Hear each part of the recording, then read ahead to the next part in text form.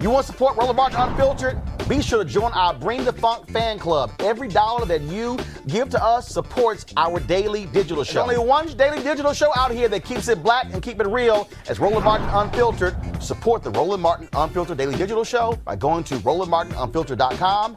You can make this possible. Mike Bloomberg has a lot to answer for. At a recent campaign event in Alabama, CBS News reporter Tim Perry asked Bloomberg, who's running for president on the Democratic side, about his previous support of how the investigation in the Central Park 5 case was handled. Listen to this. We started talking about race, and a subject that's come up a lot is the Central Park 5. And when you were mayor of New York, you defended the city and the police department's handling of the Central Park 5 case. You argued that they both acted in good faith. Do you still believe that today? And do you think that I really have no idea. I've read in the paper. I've been away from government for a long time. So apparently the courts have ruled that they did not commit a crime, and that's the final word, and we just have to accept that. But it isn't a question of what anybody believes. At the time, you did not believe that, and so I'm saying have you changed your stance on that? I think there was an awful lot of evidence presented at that time that they were involved. There's been questions since then about the quality of that evidence. And so I've been away from it for so long, I just really can't respond because I just don't remember. But there's been plenty written about it, and I'd suggest you go and read some of that.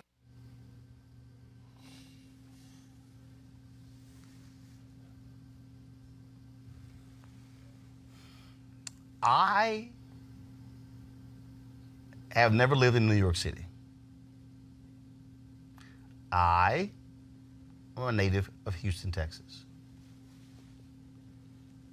But do you think for a second that I don't remember this case? Do you think that somehow over the course of time I've forgotten the Central Park 5 case? That's like asking somebody black who grew up during Jim Crow, did you forget the Scottsboro Boys? But let me also explain to you why Michael Bloomberg is an absolute fraud with that answer. Because Mike Bloomberg, as mayor, opposed, let me say this loudly and clearly, Mike Bloomberg, as mayor, opposed a settlement for those young men. The only reason there was a settlement was because de Blasio was elected mayor. Mike Bloomberg is lying. To say you do not recall the details, to say, well, some evidence was presented and, there were some questions, and then to say, well, we just have to accept the court's Really? It was renewed as a result of the Ava DuVernay film on Netflix? So, Mike Bloomberg, are you telling us you were completely out of the loop on this one? Mustafa, I said this, the apology that he gave at Pastor A.R. Bernard's church on Stop and Frisk was BS. I don't accept it. I don't buy it.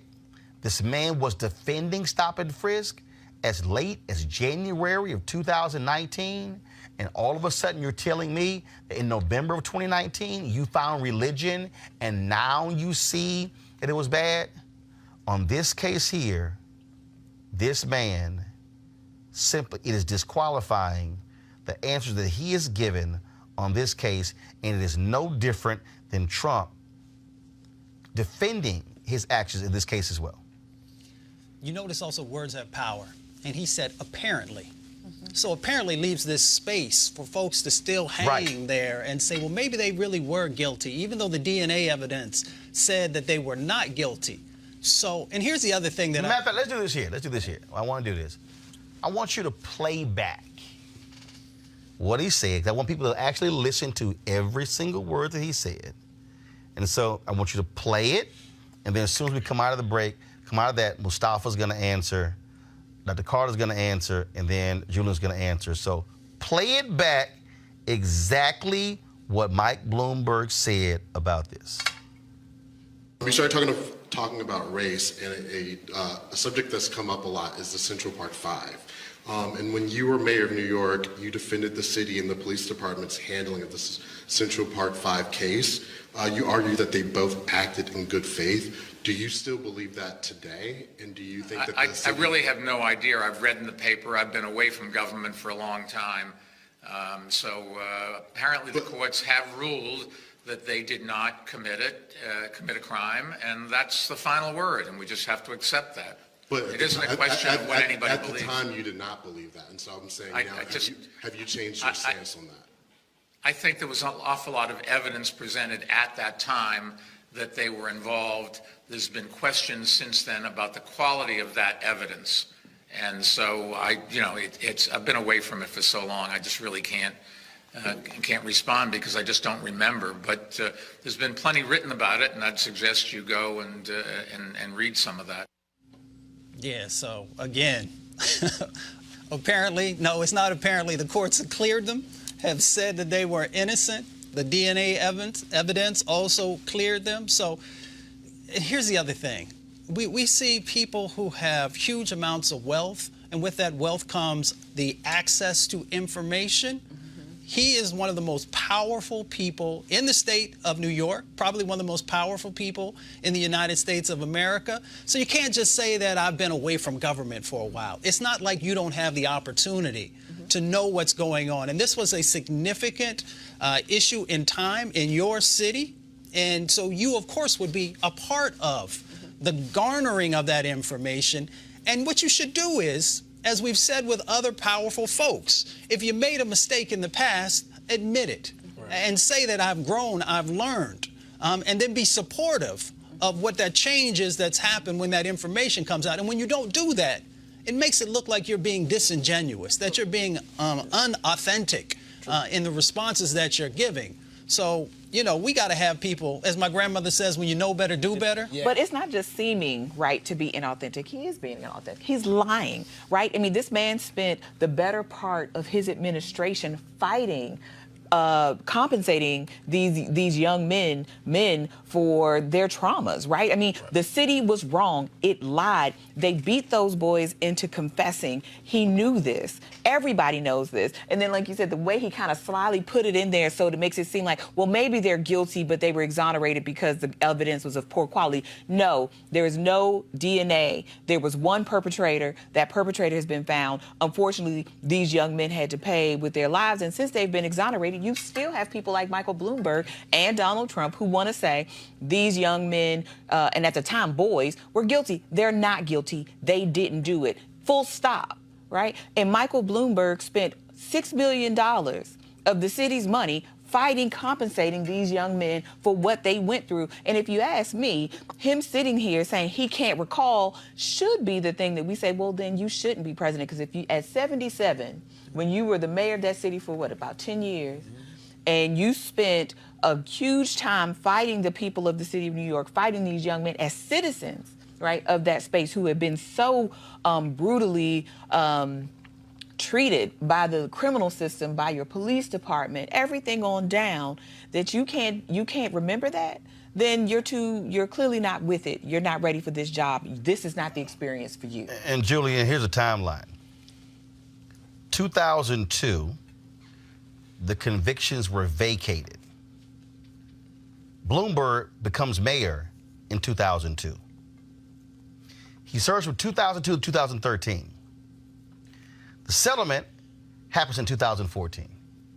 So you're trying to tell me in one of the biggest stories in the city of New York in the second half of the 20th century.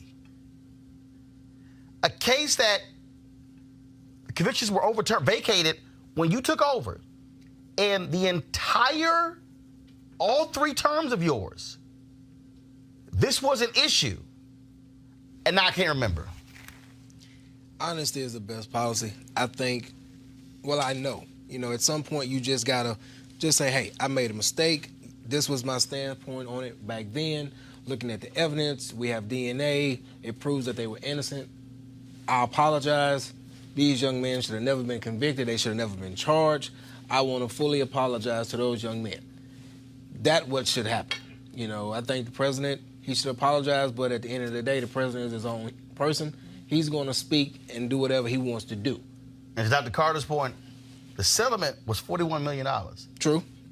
Bloomberg spent $6 million of taxpayer dollars Fighting the settlement. He should have. So the settlement actually cost New York taxpayers almost $50 million. Right. He should just admit to it. You know, just admit, hey, I made a mistake. Yes, I remember. I didn't want to talk about it. So sometimes honesty is the best policy, and apologizing shows humility. But can we also get him to apologize for the stop and frisk? Because after all those years... Well, no, he claims he apologized. No, he didn't. At Bernard's church. Yeah, we saw it. All I'm saying is this here. The one-on-one... I can't wait for Michael Bloomberg to sit down and do an interview with some black folk. Oh, that's not happening.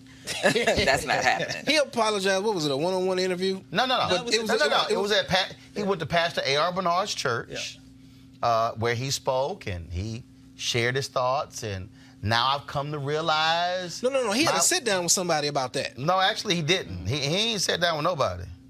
He ain't sat down. But coming to realize No. when black and brown people in that city had been telling you for years that this is hurting us, stop doing this, and you double down on it, right? So you're sorry. Well, what's the point? You did the damage. Now you've hurt all these people. Now I don't care about your sorry. And really, he should have been taking money out of his own pocket and compensating the city of New York for that $6 million lawsuit, because he was bound and determined that those young men would not receive a dime after their exoneration. Yep.